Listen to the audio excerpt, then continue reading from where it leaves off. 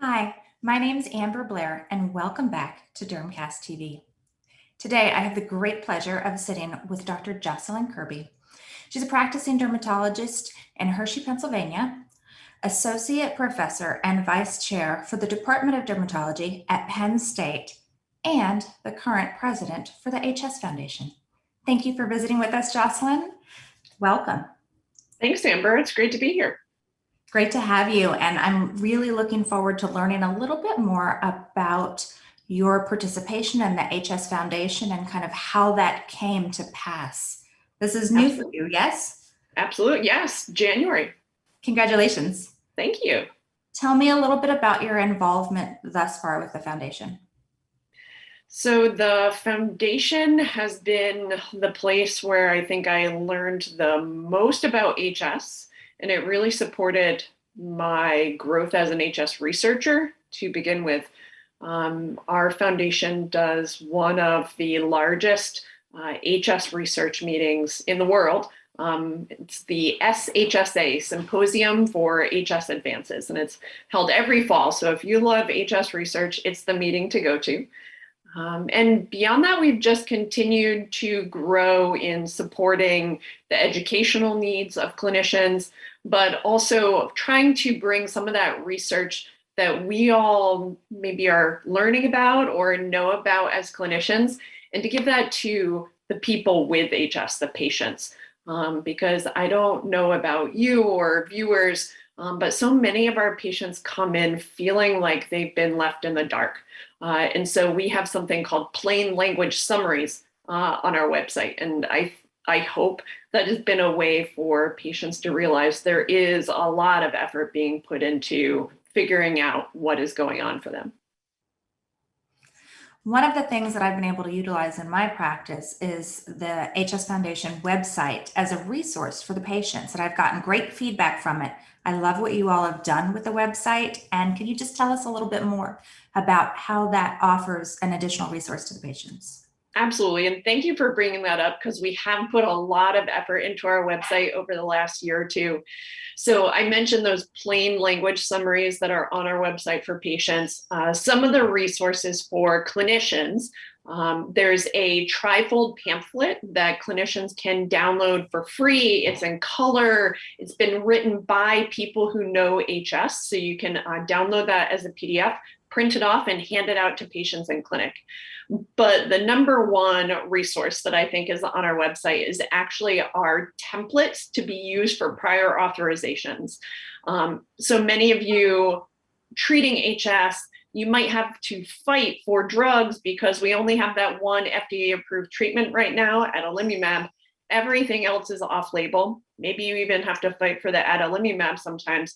Well, I encourage you to go to our website, because we have all of these Word documents that you can edit and send off to insurance companies. They've really helped me get drugs covered more often.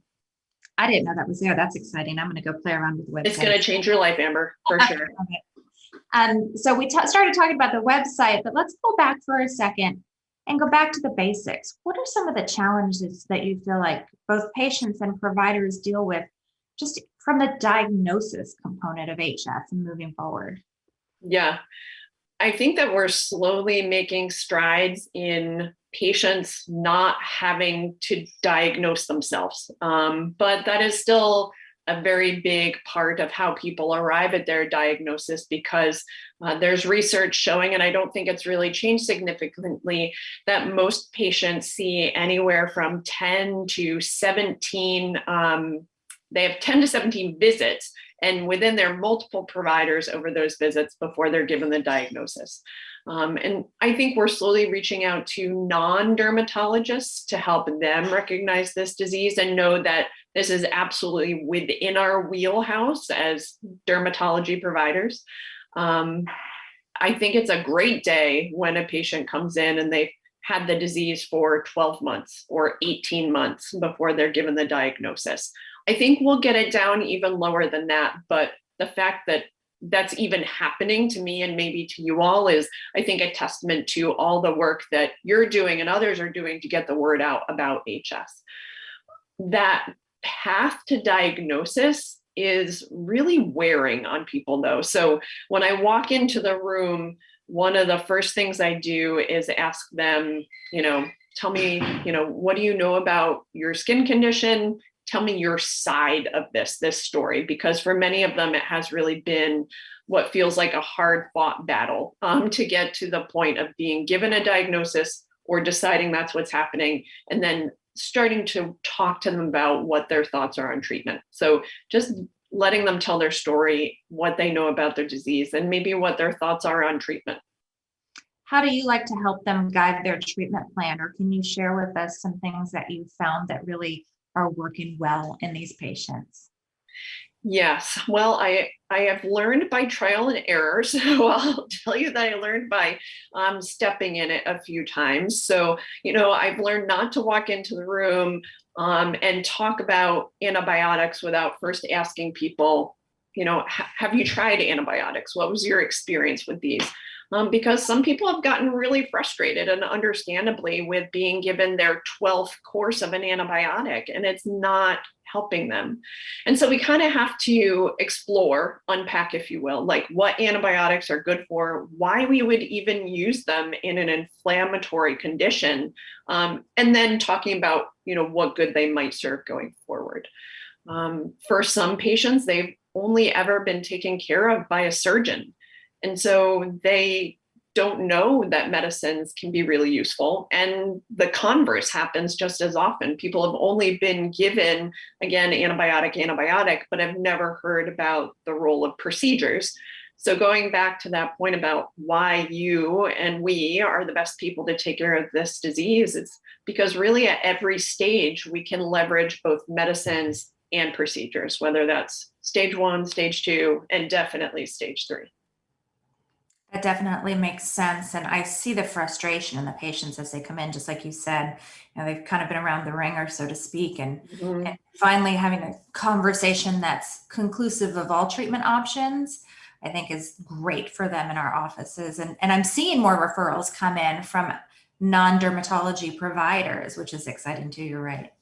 That is excellent. And if anybody is out there in a community and you have the time to reach out to the GYNs near you that might be referring, or the surgeons who are near you, those folks, as soon as they hear that we as the dermatology providers are the ones who, want this disease, who know about this disease, then it just works, I think, a little bit better. For patients, they haven't been through the ringer, like you said. The patients who would have gone to the surgeon, they're getting the medications, they understand the role of surgery, the role of medicine, how they really complement each other. Absolutely. So it does take a village with HS. And that includes, I would say, our psychiatric providers who really, can help us and our patients with just the burden of chronic pain and of, again, not getting diagnosed sometimes. The pain management providers, I get a lot of help from just a lot of different specialists that are around.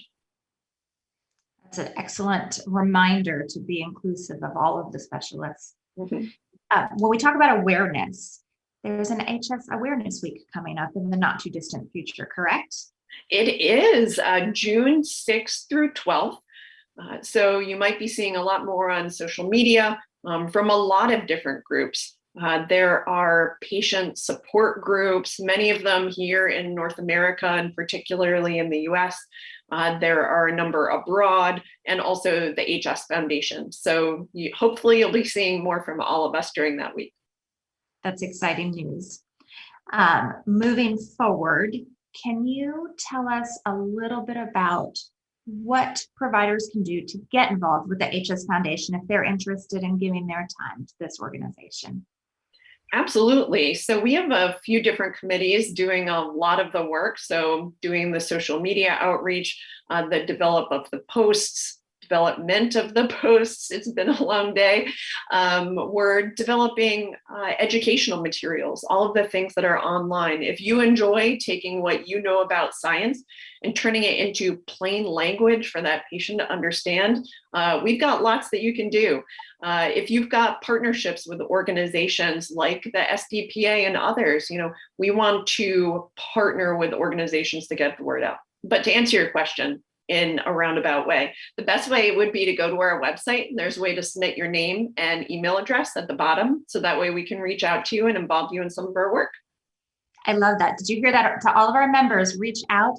We always want to make sure that we're giving back and using our strengths to help different aspects of dermatology. And I think this is a great opportunity to do so.